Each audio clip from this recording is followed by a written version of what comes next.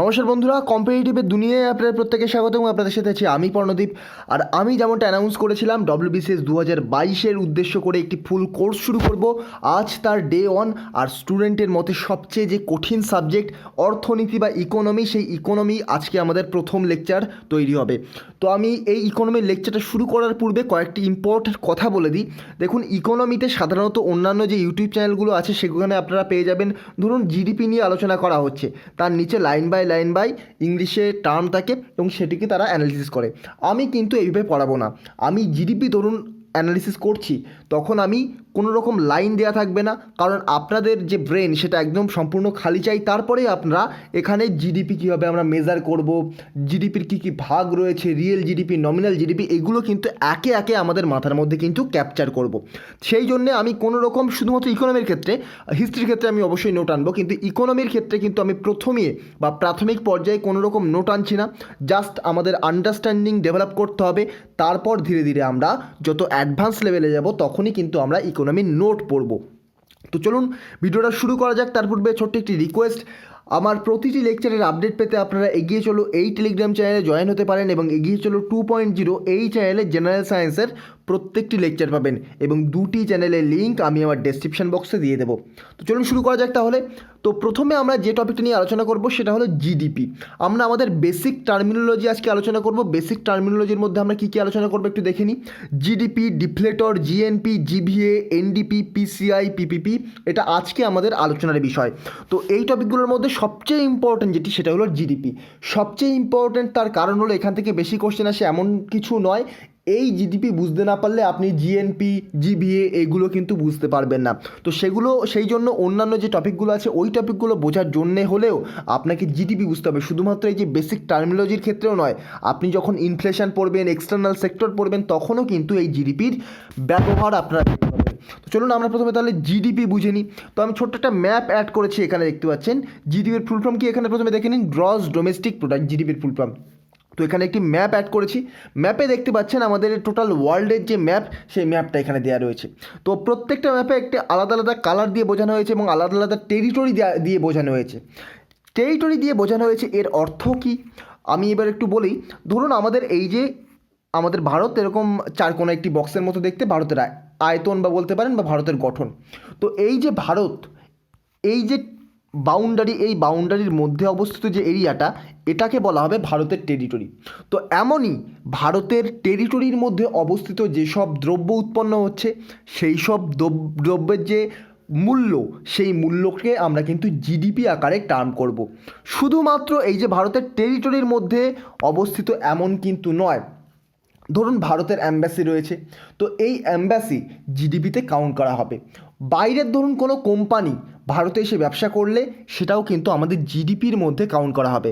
অর্থাৎ ভারতের কোনো টেরিটরির মধ্যে, ভারতের যে টোটাল এরিয়া মেইনল্যান্ড, তার মধ্যে যদি কোনো রকম বাইরের কোম্পানি, বাইরের এমবেসি তারা এসে যদি থাকে এবং তারা যদি কিছু জেনারেট করছে, তারা যদি কোনো কিছু প্রডিউস করে, তবুও কিন্তু সেই যে তারা যেটা জেনারেট করছে তার ভ্যালুটাও কিন্তু আমাদের জিডিপির মধ্যে কাউন্ট করা হবে। তো অ্যাকচুয়ালি জিডিপির full form gross domestic product, আমি একটু আগেই বললাম। এই কথার অর্থ হলো টোটাল অভ্যন্তরীণ উৎপাদন। অভ্যন্তরীণ উৎপাদন কথার অর্থ কী? অর্থাৎ যে কোনো টেরিটরির মধ্যে উৎপাদন, সেটাই হচ্ছে অভ্যন্তরীণ উৎপাদন। তাহলে আমি জিডিপি আলোচনা করতে গিয়ে কী কী টার্ম বললাম? প্রথমে বললাম ধরুন ভারতের কোনো একটি জিডিপি পরিমাপ করা হবে, তাহলে ভারতের টেরিটরির মধ্যে অবস্থিত যে কোনো দ্রব্যের মূল্য সেটা জিডিপির মধ্যে কাউন্ট হবে। তার সাথে একটা গেল 1 নম্বর। 2 নম্বর আমি কি বললাম? 2 নম্বর বলেছি বাইরের কোনো দেশের কোনো এমবেসি বা হাই কমিশন যদি ভারতে থাকে, তাহলেও কিন্তু তারা যেটা প্রডিউস করছে সেটাও আমাদের জিডিপির মধ্যে কাউন্ট হবে। আর 3 নম্বর বলেছি বাইরের ধরুন একটি কোম্পানি ভারতে এসে ব্যবসা করছে এবং তার ফলে তারা কিছু রেভিনিউ জেনারেট করছে, সেটাও কিন্তু আমাদের জিডিপির মধ্যে কাউন্ট হবে।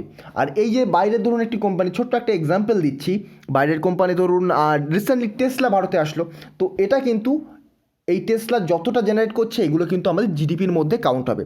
তো এই হচ্ছে গ্রস ডোমেস্টিক প্রোডাক্ট। পরীক্ষায় এখান থেকে মেইনসে, WBCS মেইনসে কোশ্চেন আসতে পারে এর মধ্যে কোনটি জিডিপির অংশ নয়। তো আমি 3টে জিনিস বলেছি, আপনাদের মনে যারা জানেন জিডিপি পড়েছেন তাদের মনে আরেকটি কোশ্চেন আসতে পারে। ভারতের ধরুন এই যে মেনল্যান্ড, তো এর এখানে তো এপাশে রয়েছে আরব সাগর, এপাশে রয়েছে বঙ্গোপসাগর, তাহলে বঙ্গোপসাগর, আরব সাগর, এগুলো কি আমাদের জিডিপির মধ্যে কাউন্ট হবে না? অবশ্যই হবে। তো 12 নটিক্যাল মাইল এইভাবে কিন্তু পরিমাপ করা হয় সমুদ্রের যে আয়তন, কোনো একটা মেন ল্যান্ড, ধরুন এই যে আফ্রিকার জিডিপি কাউন্ট করার সময় আফ্রিকার আশেপাশের একটি নির্দিষ্ট নটিক্যাল মাইল এরিয়া, এই নটিক্যাল মাইল এরিয়াটাকে কিন্তু তার জিডিপির মধ্যে কাউন্ট করা হবে। অর্থাৎ এই নটিক্যাল মাইলের মধ্যে যদি কোনো রকম বস্তু প্রডিউস করা যায়, ধরুন মাছ ধরা হচ্ছে, ভারতের এই যে আরব সাগর, বঙ্গোপসাগর, এখানে ধরুন মাছ ধরা হচ্ছে, সেটাও কিন্তু মাছ বিক্রির ফলে যে রেভিনিউ জেনারেট হবে সেটাও কিন্তু জিডিপির মধ্যে পড়ে। তাহলে আমরা বেসিকভাবে বুঝলাম জিডিপি কী। জিডিপির মাধ্যমে তাহলে আমরা কী কী ইনক্লুড করছি? আমাদের দেশের মধ্যে বা আমাদের মেনল্যান্ডের মধ্যে যে রেভিনিউ জেনারেট হচ্ছে সেটাকে আমরা জিডিপির মধ্যে কাউন্ট করব। এবার এই জিডিপির মধ্যে টেরিটরির মধ্যে উৎপন্ন দ্রব্য ছাড়াও বাইরের দেশ থেকে এমবেসি আসলে সেটাও কাউন্ট করা হবে, বাইরের দেশের কোম্পানি ভারতে আসলে সেটাও কাউন্ট করা হবে। এবার এই যে জিডিপিকে আমরা দুটি ভাগে ভাগ করতে পারি, একটা হচ্ছে নমিনাল জিডিপি আর একটা হচ্ছে রিয়েল জিডিপি। সাধারণত ভারত যে পঞ্চম বৃহত্তম ইকোনমি বর্তমানে, এই যে ইকোনমি, এটা কিন্তু নমিনাল জিডিপির বেসিসে, not in the basis of real GDP. তাহলে নমিনাল জিডিপি বেসিসে ভারতের ইকোনমি বিশ্বের মধ্যে পঞ্চম। তাহলে যে নমিনাল জিডিপি কি, দেখুন, ধরুন ভারতের জিডিপি 100 টাকা, আমি ছোট্ট এক্সাম্পল দিচ্ছি, 100 টাকা ভারতের জিডিপি। তো ভারতের জিডিপি 100 টাকা, কিন্তু প্রতি বছর ইনফ্লেশন বা দ্রব্যমূল্য তো বৃদ্ধি হচ্ছে, প্রতি বছর দ্রব্যমূল্য বৃদ্ধি হচ্ছে, প্রত্যেকটা জিনিসের দাম বাড়ছে, মানুষের কোনো দ্রব্য কেনার পাওয়ার কমে যাচ্ছে। ধরুন 100 টাকায় আগে যে জিনিস হতো, এখন 100 টাকায় তার অর্ধেক জিনিস হচ্ছে। তো এই যে ইনফ্লেশন বা মুদ্রাস্ফীতি, এটাকে ইনক্লুড করে যে জিডিপিটাকে পরিমাপ করা হয় সেটাকে বলা হয় রিয়েল জিডিপি।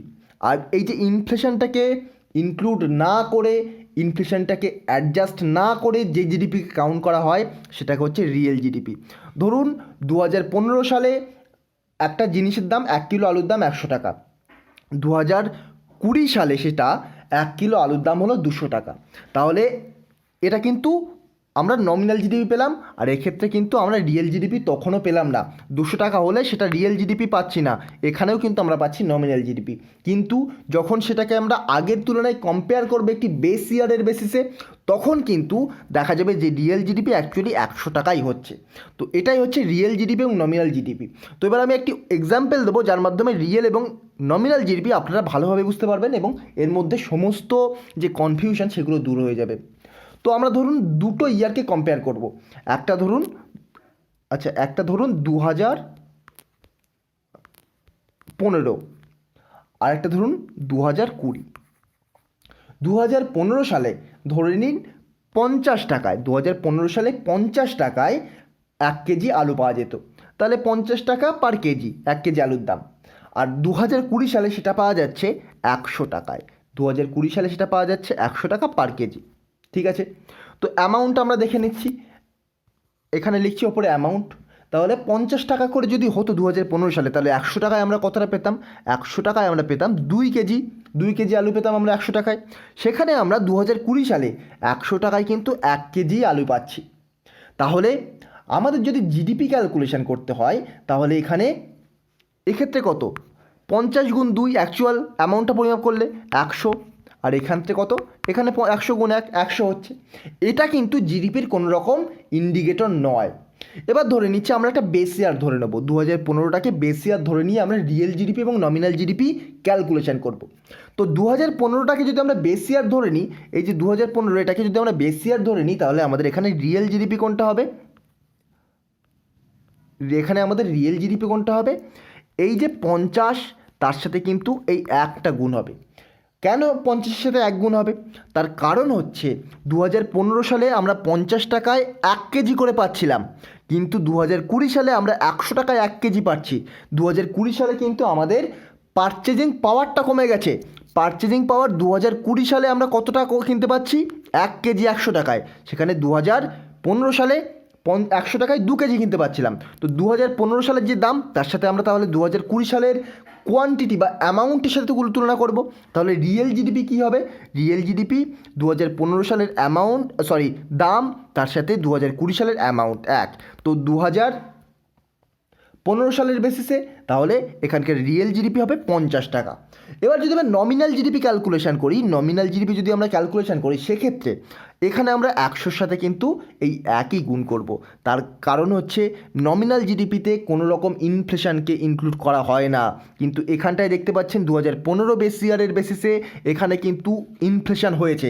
আগে যে জিনিসের দাম 50 টাকা ছিল সেই জিনিসের দাম 100 টাকা হয়েছে, দ্রব্যমূল্য বৃদ্ধি হয়েছে এবং মুদ্রাস্ফীতি হয়েছে, সেহেতু আমরা এখানে রিয়েল জিডিপি ক্যালকুলেট করার সময় 50-এর সাথে 1 গুণ করেছি, অর্থাৎ বেস ইয়ারের প্রাইসের সাথে আমরা পরবর্তী ইয়ারের অ্যামাউন্ট গুণ করেছি, বা কতটা অ্যামাউন্ট পাওয়া যাচ্ছে সেটাকে গুণ করেছি। কিন্তু আমরা যখন নমিনাল জিডিপি ক্যালকুলেট করব তখন আমাদের বেস ইয়ারের ক্যালকুলেশন করলে হবে না, তখন বর্তমান ইয়ারের আমাদের যে প্রাইস সেটার সাথে আমাদের বর্তমান ইয়ারের অ্যামাউন্ট গুণ করতে হবে, তাহলেই আমরা নমিনাল জিডিপি পাবো। তাহলে কিন্তু নমিনাল জিডিপির অ্যামাউন্টটা কিন্তু সবসময় রিয়েল জিডিপির অ্যামাউন্ট থেকে বড় হয়, এটা আপনারা একটা ধারণায় আসতে পারলেন। আশা করি রিয়েল জিডিপি এবং নমিনাল জিডিপি বোঝা গেছে। যদি বুঝতে না পারেন কমেন্ট বক্সে আমাকে অবশ্যই জানাবেন, আমি আবার আপনাদের বুঝিয়ে দেবো। তো এই হলো রিয়েল জিডিপি, এই হলো নমিনাল জিডিপি। তো এরপরে আমরা আমাদের নেক্সট টার্ম ডিফ্লেটরে চলে যাব। তো ডিফ্লেটর কিন্তু কঠিন কিছুই নয়। নমিনাল জিডিপি, রিয়েল জিডিপি আমরা দেখলাম। তো এই যে nominal GDP by real GDP, এর অনুপাতটাকেই কিন্তু বলা হয় ডিফ্লেটর, এর অনুপাতটাকেই বলা হয় ডিফ্লেটর। তো ডিফ্লেটর কী তাহলে? নমিনাল জিডিপি এবং রিয়েল জিডিপি এর যে অনুপাত সেটাকে বলা হয় ডিফ্লেটর। তো আমি আগের বেসিসে এক্সাম্পল দিচ্ছি। আগের ক্ষেত্রে 2015 বেস ইয়ারে আমরা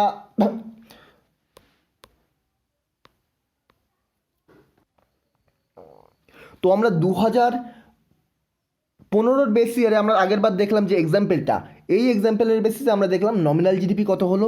নমিনাল জিডিপি আমাদের হয়েছিল 100 টাকা। 2020-তে 2015 বেস ইয়ারের বেসিসে আমাদের নমিনাল জিডিপি ছিল 100 টাকা, সেখানে আমাদের রিয়েল জিডিপি ছিল 50 টাকা। রিয়েল জিডিপি কত ছিল? 50 টাকা। তাহলে আমরা 100/50 কত হয়? 2/1 বা 2, এটাই কিন্তু আমাদের ডিফ্লেটর। তো ডিফ্লেটর কি? ডিফ্লেটর কিছুই নয়, নমিনাল জিডিপি এবং রিয়েল জিডিপি এর যে অনুপাত সেটাই হচ্ছে ডিফ্লেটর। নেক্সট আমরা মেজারিং জিডিপি বা জিডিপি কীভাবে পরিমাপ করবো সেটা দেখে নেব। তার আগে আমি আরেকটি ইম্পর্ট্যান্ট টার্ম আপনাদের কাছে আলোচনা করব, যেটা হলো GDP at factor cost and market price. এখান থেকে কিন্তু WBCS মেন্সে প্রিভিয়াস ইয়ার্সে কোশ্চেন এসেছে, তো সেহেতু আমি এটা আরও ভালো করে এক্সাম্পল দিয়ে বোঝানোর চেষ্টা করব। তো চলুন দেখা যাক। তো ধরে নিন এটা একটা, আমি একটি চারকোনা বক্স আঁকতে চাইছি। ধরুন এই যে বক্স, এটা একটা ফ্যাক্টরি। আমি এফ লিখে দিলাম, একটু পেনে অসুবিধা হচ্ছে, যাই হোক একেবারেই দাগ পড়ছে না। এটা ধরুন একটা ফ্যাক্টরি। এই যে ফ্যাক্টরি, আপনি ধরুন কোনো একটা তুলো, আপনি কটনের চাষ করেন, আপনি এই কটনটা যখন এই যে ফ্যাক্টরিতে দিচ্ছেন কোনো একটা জামা কাপড় তৈরি করার জন্য, তো এখানে যে প্রাইসটা থাকছে, তো এটা কি হবে? এখানে যে উৎপাদন মূল্য, এটা হচ্ছে জিডিপি অ্যাট ফ্যাক্টরি কস্ট। ঠিক আছে, ফ্যাক্টরিতে যখন ঢুকছে তখন জিডিপি অ্যাট ফ্যাক্টরি কস্ট। তারপরে কি হচ্ছে? তারপরে জিডিপি অ্যাট ফ্যাক্টরি কস্ট হওয়ার পরে এখানে ধরুন এখান থেকে একটা জামা তৈরি হলো, একটি জামা বা একটি প্যান্ট তৈরি হলো। তারপরে কি হচ্ছে? এটা ধরুন এর উপরে একটা ইনডিরেক্ট ট্যাক্স বসানো হবে। ধরুন আপনি কনজিউমার, আপনি এখান থেকে কিনবেন, আমি এখান থেকে ধরুন এই তুলো উৎপাদন করে, মাঠ থেকে তুলো উৎপাদন করে ফ্যাক্টরিতে দিলাম। ওই যে প্রাইস ফ্যাক্টরিতে দেওয়ার সময় যে প্রাইস, সেটা হচ্ছে জিডিপি অ্যাট ফ্যাক্টরি কস্ট। কিন্তু আপনি যখন এই তুলোটা বা কোনো একজন সাধারণ মানুষ যখন এই তুলোর তৈরি জামাটা কিনবে, তার উপর বিভিন্ন রকম ট্যাক্স বসানো হয়, জিএসটি, বর্তমানে বিভিন্ন রকম ট্যাক্স রয়েছে, জিএসটি, বিভিন্ন রকমের ইনডিরেক্ট ট্যাক্স বসানো হয়। কনজিউমার যখন কিনছে জামাটা, তখন একটা কস্ট বসানো হচ্ছে বা ট্যাক্স বসানো হচ্ছে। তো সেই ট্যাক্সটা কিন্তু এই যে ফ্যাক্টরি কস্টের সাথে যুক্ত হয়ে যাবে, ফ্যাক্টরি কস্টের সাথে সেই ট্যাক্সটা যুক্ত হয়ে যাবে। তো এখানে ধরুন আপনি দোকানে গেলেন, এই যে ইনডিরেক্ট ট্যাক্স এটাতে যুক্ত হওয়ার পরেই আপনি যখন দোকানে যান, ধরুন আপনি 100 টাকায় যে জিনিসটা কিনতে চাইছেন, সেটা হয়তো 10% আপনাকে ডিসকাউন্ট দেওয়া হলো। ডিসকাউন্ট দেওয়ার অর্থ কি? সাবসিডি দেওয়া হলো। তো সাবসিডি দেওয়া হলে আপনার জিনিসের দাম আপনি 90 টাকায় পেয়ে যাচ্ছেন। অথবা দেখা যায় গভর্নমেন্ট কিন্তু অনেক সময় আমাদের বিভিন্ন জিনিসের উপর সাবসিডি দিয়ে দেয়। জাস্ট এক্সাম্পল, আপনি ধরুন বাজার থেকে কোনো একটা জিনিস কিনবেন, কিন্তু বাজারে আপনাকে সেটা কেউ না কেউ তো বিক্রি করছে। সেই বিক্রি করার সময়, সেই জিনিসটা তৈরি করার সময়, বিক্রি তো করা করা হবে যখনই, তখন তৈরি করা হবে জিনিসটা। তো তৈরি করার সময় যে লাইটের ভাড়া, ফ্যানের ভাড়া, তার জন্য যে বিদ্যুৎ তৈরি হচ্ছে বা বিদ্যুতের প্রয়োজন হচ্ছে, তার যে দাম, তার যে কস্ট, সেই কস্টটা ধরুন গভর্নমেন্ট আপনাকে দিয়ে দিল। তার মানে সেটা সাবসিডির মধ্যেই হচ্ছে, নাহলে আগে তো সেটা এক্সট্রা খরচ হয়ে যাচ্ছিল, তো সেটা সাবসিডির মধ্যে হচ্ছে। তার ফলে কিন্তু জিনিসটার দাম কিছুটা কমে যাবে। তো এটাকেই বলা হয় সাধারণত সাবসিডি। আর এত জটিলভাবে এক্সাম্পল দিতে না চাইলেও, আপনি যখন দোকান থেকে কোনো কিছু কিনতে চান, আপনি চান যে 10% ডিসকাউন্ট দেওয়া হোক। আপনি ধরুন কোনো একটা জামা কিনছেন, সেখানে চান 10% ডিসকাউন্ট দেওয়া হোক। তো এইরকম যে ডিসকাউন্ট, এটাকে আপনি সাবসিডি হিসেবে আপাতত ধরে রাখতে পারেন। তো এবারে কনজিউমার যখন কিনছে, সেটাই হচ্ছে কিন্তু জিডিপি অ্যাট মার্কেট প্রাইস। অনেকটা জটিল হয়ে গেল। এবার আমি একটা লাইন লিখব, লাইনটার মাধ্যমে কিন্তু বোঝা যাবে। তো এবার ধরুন GDP at market price, GDP at market price আপনাকে বার করতে দেওয়া হলো। তো তাহলে কি হবে? আমি ধরুন এখান থেকে এই যে তুলো বা যাই বলুন না কেন, সেটা ফ্যাক্টরিতে যখন দিলাম, তার কস্টটা যোগ হচ্ছে প্রথমে জিডিপি অ্যাট ফ্যাক্টরি কস্ট। এবারে তার সাথে কিছু ইনডিরেক্ট ট্যাক্স, তার সাথে কিছু ইনডিরেক্ট ট্যাক্স যোগ হচ্ছে, জিএসটি বা এই টাইপের কিছু ট্যাক্স ধরুন যোগ হলো, ইনডিরেক্ট ট্যাক্স, আইটি লিখে দিলাম, ইনডিরেক্ট ট্যাক্স। এবার আমি এক্ষুনি একটা এক্সাম্পল দিলাম, আপনাকে একটা ডিসকাউন্ট দেওয়া হলো, সেই ডিসকাউন্টটাকে আমরা কী লিখব? সাবসিডি। তো এটাই হচ্ছে GDP at market price equal to GDP at factory cost. Factory কস্টের যেটা দাম থাকছে সেটা তো যোগ হচ্ছে, তার সাথে কি যুক্ত হচ্ছে? তার সাথে ইনডিরেক্ট ট্যাক্সটা যুক্ত হচ্ছে, আপনাকেই দিতে হচ্ছে ইনডিরেক্ট ট্যাক্সটা। তার থেকে কি হচ্ছে? সাবসিডিটা কিন্তু বিয়োগ করে দেওয়া হচ্ছে। এবার এর ফলে দেখা যাচ্ছে আপনি যে প্রাইসটা পাওয়া যাবে, সেই প্রাইসটাই কিন্তু আপনি কোনো জিনিস কিনছেন। আমি আরেকবার এক্সাম্পল দিয়ে বোঝাচ্ছি। ধরুন আমি আখের গুড়, আপনারা অনেক বেশিরভাগই গ্রাম থেকে পড়াশোনা করেন, তো আখের গুড় প্রত্যেকেই জানেন। ধরুন আমি আখ চাষ করি, আমি আখ চাষ করি এবং আখ চাষ করার ফলে আমি আখ মাঠ থেকে কেটে এনে সেটা থেকে আখের রসটা বার করে আমি ফ্যাক্টরিতে দিলাম। তো সেই ফ্যাক্টরি যখন আমার কাছ থেকে একটা নির্দিষ্ট প্রাইসে কিনলো, সেই প্রাইসটাই হলো কিন্তু জিডিপি অ্যাট ফ্যাক্টরি কস্ট। তো এরপরে এই যে আখ থেকে যখন ফ্যাক্টরি গুড়টা তৈরি করলো, গুড় তৈরি করার পরে সেটার ওপর গভর্নমেন্ট বিভিন্ন রকমের ট্যাক্স বসালো, ইনডিরেক্ট ট্যাক্স বসালো। তা ট্যাক্সটা তাহলে অবশ্যই যোগ হয়ে যাবে। ট্যাক্সটা নিশ্চয়ই ফ্রি থাকবে না, আপনার কাছ থেকে নিশ্চয়ই ফ্রি থাকবে না, আপনি যখন গুড়টা কিনতে চাইবেন, নাহলে তো কোম্পানির লস হয়ে যাবে। তো ওই ট্যাক্স বসানো হলো। এবার আপনি যখন কিনতে চাইছেন, তখন আপনার কাছ থেকে কিছুটা সাবসিডি দেওয়া হলো বা ছাড় দেওয়া হলো, ধরুন 10% আপনাকে কম দামে দেওয়া হলো। তো এটাই হচ্ছে সাবসিডি। অথবা যখন এটা তৈরি হচ্ছিল, এই যে গুড়টা তৈরি হচ্ছিল, তার জন্য যে কারেন্টের প্রয়োজন হচ্ছিল, বিদ্যুতের প্রয়োজন হচ্ছিল, সেই বিদ্যুতের বিলটা গভর্নমেন্ট মাফ করে দিল। তো এটাও একটা সাবসিডি হতে পারে। তো এই সাবসিডিটা বিয়োগ করে দিতে হবে, তার কারণ সাবসিডি তো কোনো কোম্পানি দিতে হচ্ছে না, আপনিও এই সাবসিডির দাম নিশ্চয়ই দেবেন না। যেহেতু সাবসিডি হচ্ছে, তো সাবসিডির ফলে জিনিসের দাম কমে যাবে। তো সেই জন্য এই যে সাবসিডিকে বিয়োগ করে দিলে এটা কিন্তু জিডিপি অ্যাট মার্কেট প্রাইস বেরিয়ে যাচ্ছে, অর্থাৎ আপনি এই দামে কিনছেন, এই দামে আমি ফ্যাক্টরিতে বিক্রি করেছি, তার সাথে ইনডিরেক্ট ট্যাক্স যোগ হয়েছে, তার থেকে সাবসিডি বিয়োগ হয়েছে, এটাই কিন্তু জিডিপি অ্যাট মার্কেট প্রাইস। তো এরপর আমরা চলে যাবো মেজারিং জিডিপি। জিডিপি কী কী ইন্ডিকেটরে পরিমাপ করা হয় সেটা আমরা একবার দেখে নেব। তো সাধারণত জিডিপি পরিমাপের দুটি মেথড রয়েছে, ইনকাম মেথড রয়েছে, এক্সপেন্ডিচার মেথড রয়েছে। ইনকাম মেথডে সাধারণত জিডিপি পরিমাপ করা হয় না, তার কারণ হচ্ছে প্রত্যেকের ইনকাম লুকিয়ে রাখার চেষ্টা করে। তো সেই জন্য কিন্তু জিডিপি ইনকাম মেথডে পরিমাপ করা হয় না। আর তার অন্যতম আরেকটি কারণ রয়েছে ব্ল্যাক মানি। তো অনেক বড় বড় যারা বিজনেসম্যান, তারা তাদের টাকাকে লুকিয়ে রাখার জন্য, ব্ল্যাক মানিকে লুকিয়ে রাখার জন্য, তারা কিন্তু তাদের সঠিক ইনকাম বলে না। তো তাহলে ইনকাম মেথডে জিডিপি পরিমাপ করা সম্ভব নয়। তবে আরেকটি মেথড থাকছে, আরেকটি মেথড কি? আরেকটি মেথড হচ্ছে এক্সপেন্ডিচার মেথড। এটা খুব ইম্পর্টেন্ট, এক্সপেন্ডিচার মেথড। এই এক্সপেন্ডিচার মেথডে কিন্তু জিডিপি পরিমাপ করা হয়। জিডিপি পরিমাপ করা হয় তাহলে কোন মেথডে? Expenditure method. তো এই যে এক্সপেন্ডিচার মেথড, এটা আবার কিন্তু 4টি ভাগে বিভক্ত। তো কী হবে? এটাকে আমরা ডিনোট করব C plus I plus G plus EX minus IM. এইভাবে কিন্তু আমরা জিডিপির মেজারমেন্টটাকে ডিনোট করব। তো এর অর্থ কী? তো এই যে সি এর অর্থ হচ্ছে কনজামশান বা ভোগ। আপনি প্রাইভেটের দ্বারা কতটা ভোগ করছেন। ধরুন আপনার বাড়ি থেকে অসুস্থ, আপনার ওষুধের দরকার, আপনি যে কোনো ওষুধের দোকান থেকে ওষুধ কিনে আনলেন, তো এটা কিন্তু আপনি ভোগ করছেন, কনজামশান। এই যে অ্যামাউন্ট, এটা যোগ হচ্ছে। তার সাথে বিভিন্ন কর্পোরেটে যে ইনভেস্টমেন্টগুলো করা হচ্ছে সেটাও কিন্তু যোগ হবে। একটা অ্যামাউন্ট ধরুন, ব্যাপক পরিমাণে অ্যামাউন্ট ধরুন 1 কোটি টাকা ইনভেস্ট করা হলো, সেটাও কিন্তু এই জিডিপির ক্ষেত্রে যোগ হচ্ছে।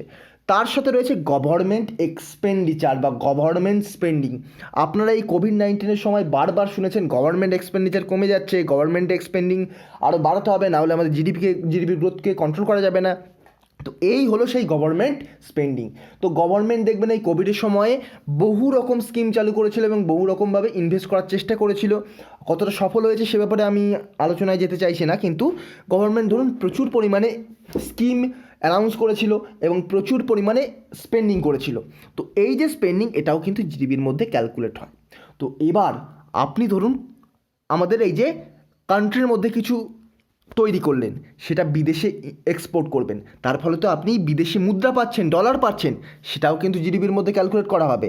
কিন্তু আপনি যেমন বিদেশ থেকে কিছু এক্সপোর্ট করছেন, তেমনই তো আপনি কিছু বিদেশ থেকে ইম্পোর্টও করছেন। তো সেহেতু আপনার নেট যে প্রাইস সেটা বার করতে গেলে এক্সপোর্টের থেকে তো ইম্পোর্টটা বিয়োগ করতে হবে। তাহলে তো আপনাকে এক্সপোর্ট মাইনাস ইম্পোর্টের যে ক্যালকুলেশন, তার সাথে আপনার গভর্নমেন্ট স্পেন্ডিং, তার সাথে আপনার কর্পোরেটের যে ইনভেস্টমেন্ট, তার সাথে এই যে কনজামশন বা প্রাইভেট ক্ষেত্রে আপনি যে কনজামশন বা ভোগ করছেন, সেগুলো যদি আপনি যোগ করে দেন, তাহলে এক্সপেন্ডিচার মেথডের মাধ্যমে আপনি জানতে পারবেন আমাদের দেশের জিডিপি কত বড় বা আমাদের দেশের জিডিপি কতটা। তবে স্পেশালি জিডিপির জন্য কিন্তু এই যে কনজামশন মেথডের ওপর সবচেয়ে বেশি জোর দেওয়া দরকার। বড় বড় ইকোনমিস্ট যারা, তারা প্রত্যেকে একই কথা বলেন, কনজামশন মেথডের ওপরই কিন্তু সবচেয়ে বেশি ডিপেন্ড করে। গভর্নমেন্ট এক্সপেন্ডিচার একটা নির্দিষ্ট অ্যামাউন্টের পরে আর কিন্তু বাড়ানো সম্ভব হয় না। ইনভেস্টমেন্ট শুধুমাত্র একটা দেশের ওপর তলার মানুষই করতে পারে, কিন্তু মানে ভোগ বা কনজামশন এটা প্রত্যেকটা সাধারণ মানুষের করতে হবে, না হলে কিন্তু এই এক্সপেন্ডিচার মেথড বা এই যে জিডিপির অ্যাকচুয়াল যে পরিমাণ সেটা পাওয়া সম্ভব হয় না এবং জিডিপি আমাদের গ্রোথও বাড়বে না। আর তার জন্য কি, তার জন্য গভর্নমেন্টকে ইনফ্রাস্ট্রাকচার ডেভেলপমেন্ট করতে হবে, শিল্প আনতে হবে, চাকরি আনতে হবে, না হলে কিন্তু জিডিপির গ্রোথ আরও দিনকে দিন কমে যাবে।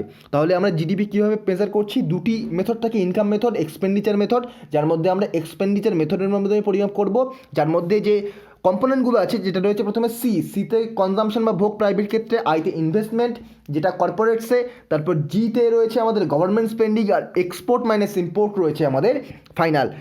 তাহলে এক্সপোর্ট মাইনাস ইম্পোর্ট কেন আমি একটু আগে বললাম, এক্সপোর্টের মাধ্যমে আমরা বিদেশি মুদ্রা গেইন করছি, কিন্তু ইম্পোর্ট করতে গেলে আমরা তো আবার বিদেশি মুদ্রা সেগুলো কিন্তু স্পেন্ড করে ফেলছি।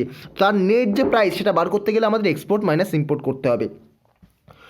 তো এই হলো জিডিপি, মেজারিং জিডিপি। তো নেক্সট আমাদের টপিকে চলে যাব। নেক্সট টপিক হচ্ছে ট্রান্সফার পেমেন্ট। অলরেডি আমি রমেশ সিংয়ের লেকচারে এগুলো আলোচনা করেছি, তবুও আমরা যেহেতু টার্গেট নিয়ে শুরু করেছি প্রত্যেকটা সাবজেক্ট ওয়াইজ, তো আমরা এগুলো অবশ্যই আলোচনা করব। তো নেক্সট রয়েছে ট্রান্সফার পেমেন্ট। তো ট্রান্সফার পেমেন্ট কি? তো সাধারণত এগুলো সোশ্যাল সিকিউরিটির জন্যই কিন্তু এই ট্রান্সফার পেমেন্টগুলো দেওয়া হয়। এই যে ধরুন আপনি ক্লাস 5 থেকে 20 টাকা, ক্লাস 6-এ প্রবলি 50 টাকা, ক্লাস 7-এ সম্ভবত 120 টাকা, আমি আমার সময়ের কথা বলছি, এই টাইপ এরকম স্টাইপেন্ড পেয়েছিলাম, তো সেই জন্যই বলছি। তো এরকম যে স্টাইপেন্ড, এই যে স্টাইপেন্ডটা দেওয়া হয় বা বেকার যুবক যারা, তাদের যে ভাতাটা দেওয়া হয়, গভর্নমেন্ট যে ভাতাটা দেয়, সেগুলোকে কিন্তু বলা হয় ট্রান্সফার পেমেন্ট। তো মনে রাখবেন, সোশ্যাল সিকিউরিটির জন্য এই যে ভাতা বা স্টাইপেন্ড দেওয়া, এটাকেই ট্রান্সফার পেমেন্ট বলা হয়। তো অ্যাকচুয়ালি ডেফিনেশন দিতে গেলে বলতে হবে যে কোনো সার্ভিস না দিয়েই গভর্নমেন্ট পেমেন্ট করে। কোনো সার্ভিস সাধারণ মানুষদের কাছ থেকে যদি না নিয়ে গভর্নমেন্ট স্পেন্ডিং করে, তাহলেই কিন্তু এটাকে বলা হবে ট্রান্সফার পেমেন্ট। তো খুব ইজি জিনিস, খুব কঠিন কিছু নয়। তো কোনো একটি রিজিয়ন বা কোনো একটি গভর্নমেন্ট বা কোনো একটি ধরুন রাজ্য বা দেশের জিডিপিকে যদি আরও ডেভেলপ করার চেষ্টা করা হয়, তাহলে কিন্তু এই যে ট্রান্সফার পেমেন্ট, এটাকে কমাতে হবে। আর ট্রান্সফার পেমেন্ট কমাতে গেলে আপনাকে কী করতে হবে, গভর্নমেন্টকে কী করতে হবে, ট্রান্সফার পেমেন্ট কমাতে গেলে গভর্নমেন্টকে চাকরি দিতে হবে। সাইকেল বালা এই টাইপের দিয়ে কোনো কিছু কাজ হবে না। এটা সাময়িকের, আপনাকে কিছুদিন হয়তো আপনাকে কিছু রকম পেমেন্ট দিচ্ছে, কিন্তু তারপরে কিন্তু আপনার চাকরি বা শিল্প বা কর্মসংস্থান অবশ্যই দরকার। তো ট্রান্সফার পেমেন্টের পিছনে বেশি ছুটবেন না, ট্রান্সফার পেমেন্টকে যেন কোনো রকম ইন্ডিকেটর হিসেবে দেখবেন না। অবশ্যই আপনার বেসিক নেসেসিটি হওয়া দরকার, job, education, health care, infrastructure, এগুলোই, এবং ভোটের ইন্ডিকেটার কিন্তু এগুলো হওয়া দরকার। নেক্সট রয়েছে জিভিএ, গ্রস ভ্যালু অ্যাডেড। জিভিএ বা গ্রস ভ্যালু অ্যাডেড, এটা কেন ইম্পর্টেন্ট আমি প্রথমে একটু বলে দিই। তো গ্রস ভ্যালু অ্যাডেড এর যে ডেফিনেশন, এটা কি, তো যে কোনো পার্টিকুলার সেক্টরের মোট যে প্রোডাকশান, সেটাই হচ্ছে গ্রস ভ্যালু অ্যাডেড।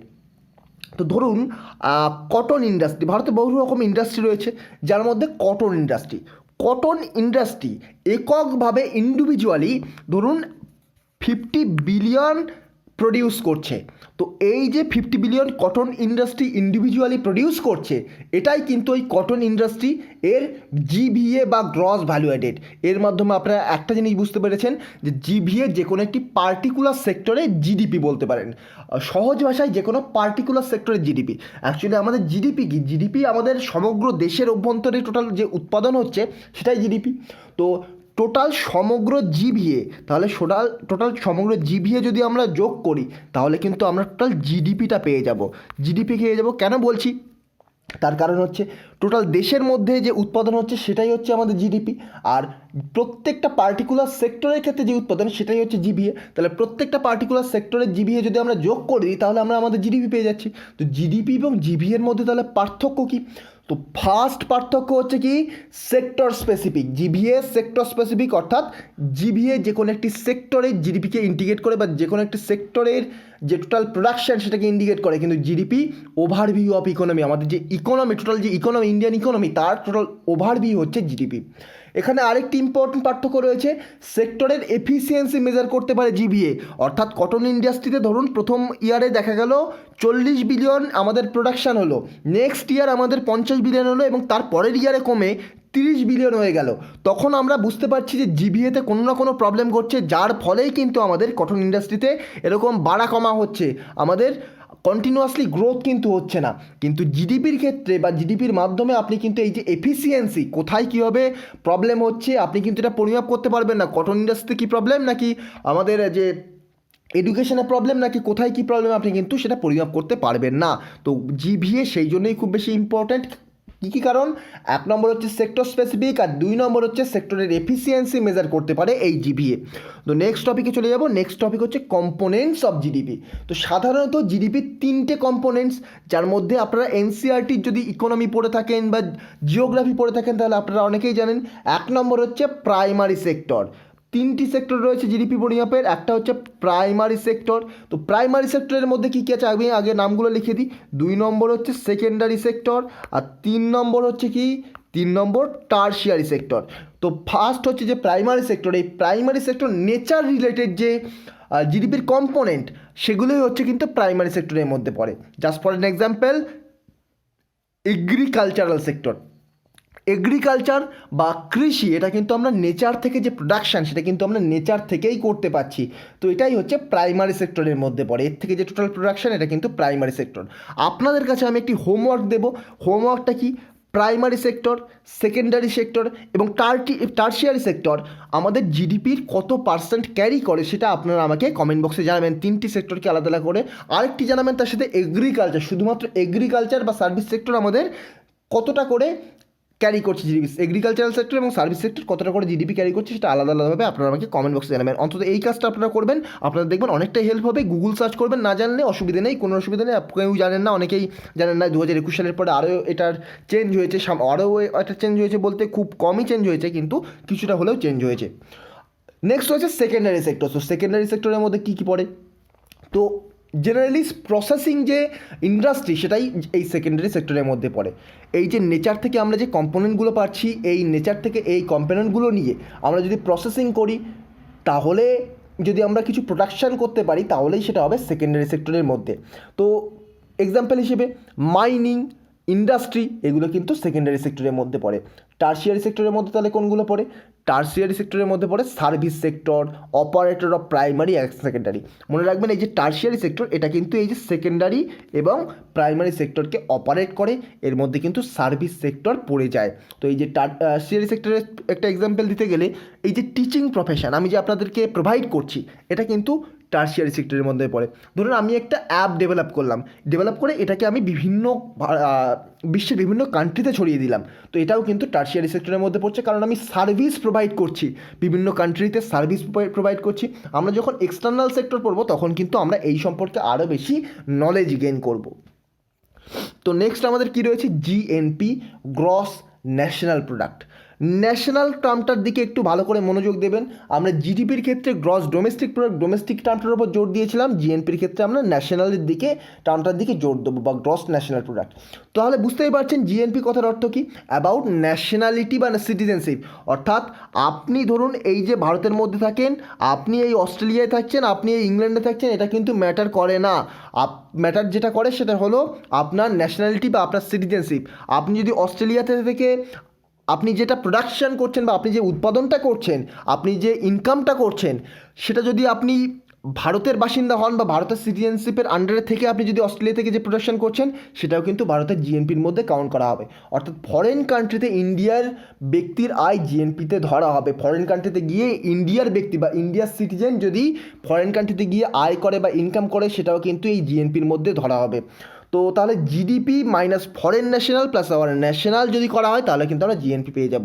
ছোট্ট একটা আমরা তাহলে একটা সূত্র দেখে নিই। সূত্রটা কি? আচ্ছা, আমি আরেকটু কয়েকটা কথা বলে নিই জিএনপি রিলেটেড। ধরুন বাইরে এটা ধরুন ইউএই থেকে একজন ব্যক্তি বা ইউএইর একজন সিটিজেন ভারতে এসে ইনকাম করে সে ইউএইতেই চলে যাচ্ছে। তাহলে কিন্তু ইউএইর এই সিটিজেন ভারতে এসে থাকলে এটা কিন্তু জিএনপির মধ্যে ধরা হবে না, এটা অবশ্যই জিডিপির মধ্যে ধরা হবে, কিন্তু এটা কিন্তু জিএনপির মধ্যে ধরা হবে না। তার কারণ হচ্ছে ইউএইর সিটিজেন, আমি একটু আগেই বললাম ন্যাশনালিটি বা সিটিজেন রিলেটেড। তাহলে আমরা যদি জিএনপি এর সূত্র নির্ধারণ করি, তাহলে জিডিপি অর্থ আমি বলেছিলাম টোটাল টেরিটরির মধ্যে। জিডিপির সাথে আমরা একটা জিনিস যোগ করব। আমাদের ভারতের অনেক ব্যক্তি তো আমাদের ভারতের বাইরে গিয়ে কাজ করছে, তারা ইনকাম করছে, তারা তো ভারতের সিটিজেন, তো তাদের ইনকামটা অবশ্যই মানে অ্যাড করা হবে তার সাথে। তাহলে আমরা ইনকাম করছি আওয়ার ন্যাশনাল ইনকাম, সেই জন্য আওয়ার ন্যাশনাল ইনকাম ওএনআই বলে দিলাম, আওয়ার ন্যাশনাল ইনকাম। আবার ভারতে আবার বহু বাইরের দেশ থেকে মানুষ এসে ইনকাম করছে, সেই ইনকাম নিয়ে তারা চলে যাচ্ছে, তাহলে তার সাথে আমাদের ফরেন ন্যাশনাল ইনকামটা বিয়োগ করতে হবে, তাহলেই কিন্তু আমরা জিএনপি পেয়ে যাচ্ছি। তো এই যে total our national income minus foreign national income, এটা যদি আমরা বিয়োগ করি, এই জিডিপি বাদ দিয়ে এই দুটো যদি টার্মকে যদি আমরা ধরি, এই ক্যালকুলেশন ধরি, তাহলে আমরা এটাকে বলবো এনএফআইএ। এর ফুল ফর্ম কি? Net factor income from abroad. তো মনে রাখবেন, IMF international monetary fund GNP এর বেসিসে কিন্তু দেশের র্যাঙ্কিং নির্ধারণ করে। আইএমএফ ইন্টারন্যাশনাল মনিটারি ফান্ড জিএনপির বেসিসেই দেশের র্যাঙ্কিং নির্ধারণ করে। মনে রাখবেন, পরীক্ষায় কিন্তু কোশ্চেন আসে। তাহলে আপনাদের কাছে আমি আরেকটা কোশ্চেন দিচ্ছি, আইএমএফ এর হেডকোয়ার্টার কোথায়? ইন্টারন্যাশনাল মনিটারি ফান্ড এর হেডকোয়ার্টার কোথায়? আবার আরেকটা কথা আইএমএফ সম্পর্কে বলে দিই, যখন কোনো দেশের কাছে আর কোনো উপায় থাকে না, আর কেউ তাকে লোন দেয় না, তখনই কিন্তু তারা আইএমএফের কাছে যায়। তো আজকে আমাদের লেকচারটা প্রায় 32 মিনিট হয়ে গেছে, তো আমি আজকের লেকচারটা বাড়াতে চাইছি না। নেক্সট ডে আমি বলেছিলাম আজকে আমাদের টপিক ছিল কী টপিক ছিল আমাদের আজকে GDP, deflator, GNP, GVA, NDP, PCI, PPP. তো এর মধ্যে আমরা জিবিএ পর্যন্ত আলোচনা করেছি, এনডিপি, পিসিআই, পিপিভি আমরা আমাদের নেক্সট লেকচার আলোচনা করব। আর এই যে বেসিক টার্মিনোলজির মধ্যে আমাদের এই যে কয়েকটি টপিক বাকি রয়ে গেছে, এনডিপি পার ক্যাপিটাল ইনকাম, পিপিভি পারচেসিং পাওয়ার প্যারিটি, তার সাথে আছে বাস্কেট অফ গুডস রয়েছে, তার সাথে changes made to GDP calculation রয়েছে, এইচডিআই হিউম্যান ডেভেলপমেন্ট ইন্ডেক্সের মেজারমেন্ট রয়েছে। তো এগুলো কিন্তু আমরা নেক্সট লেকচারে আলোচনা করবো। অ্যাকচুয়ালি আমি এইচডিআই ইন্ডেক্স এবং তার সাথে গিনি কোএফিসিয়েন্ট একটি লেকচারের মাধ্যমে কমপ্লিট করব। আর যে আজকে যে টপিকগুলো এনডিপি, পিসিআই, পিপিপি টপিকগুলো বাদ চলে গেছে, তার সাথে আমি ইনক্লুসিভ গ্রোথ, সাস্টেনেবল ডেভেলপমেন্ট কী এবং গ্রিন জিডিপি একসাথে আলোচনা করব। তো আপনারা বেশিরভাগ কোশ্চেন কিন্তু প্রিলিমিনারি প্লাস মেন্সের কোশ্চেন কিন্তু ইকোনমির এই লেকচারগুলোর মধ্য থেকেই পেয়ে যাবেন। তাহলে আপনাদের বেসিক কনসেপ্ট ক্লিয়ার করার জন্য এবং ডব্লিউবিসিএস 2022কে ট্র্যাক করার জন্য আপনারা কিন্তু এই লেকচারগুলো রেগুলার দেখতে থাকুন। আর যদি ভিডিওটা ভালো লেগে থাকে, তাহলে আমার চ্যানেলটিকে সাবস্ক্রাইব করে পাশে থাকা বেল আইকন প্রেস করতে ভুলবেন না। এই রকমের সিরিজ কিন্তু আপনারা রেগুলার পেতে চলেছেন। তো চলুন আজকের মতো গুড বাই, নেক্সট ডেতে আপনাদের সাথে আবার দেখা হবে। Thank you.